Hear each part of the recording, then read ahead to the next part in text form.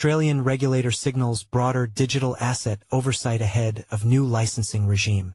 ASIC said many digital assets are covered by existing financial laws as it readies the ground for impending digital asset platform legislation.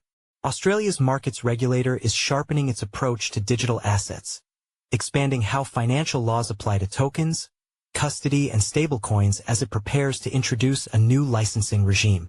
The Australian Securities and Investments Commission, ASIC, this week detailed expectations for the industry, saying that many digital assets already meet the definition of financial products under the Corporations Act 2001.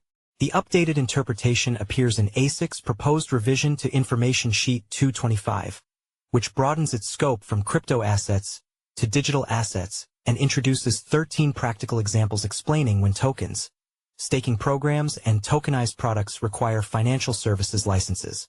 The regulator's move comes as the Treasury finalizes its digital asset platforms and payment service providers bills, which will introduce formal licensing for exchanges, custodians, and certain stablecoin issuers.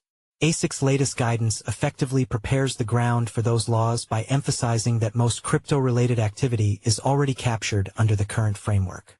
Among the new examples, ASIC flags that fiat-backed stablecoins could be treated as non-cash payment facilities, while wrapped tokens may qualify as derivatives, both subject to Australian Financial Services, AFS, licensing. The Commission reinforced that Australian law applies to offshore and decentralized structures marketed or sold to local users, warning that global platforms cannot rely on geography to sidestep oversight. ASIC also outlined new custodial obligations, requiring firms that hold client assets to meet net tangible asset thresholds of up to 10 million Australian dollars, 6.5 million US dollars, unless their custody role is deemed incidental.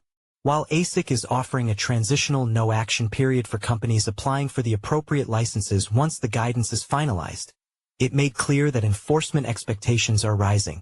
The update builds on Australia's ongoing efforts to bring the crypto sector within its established financial services perimeter.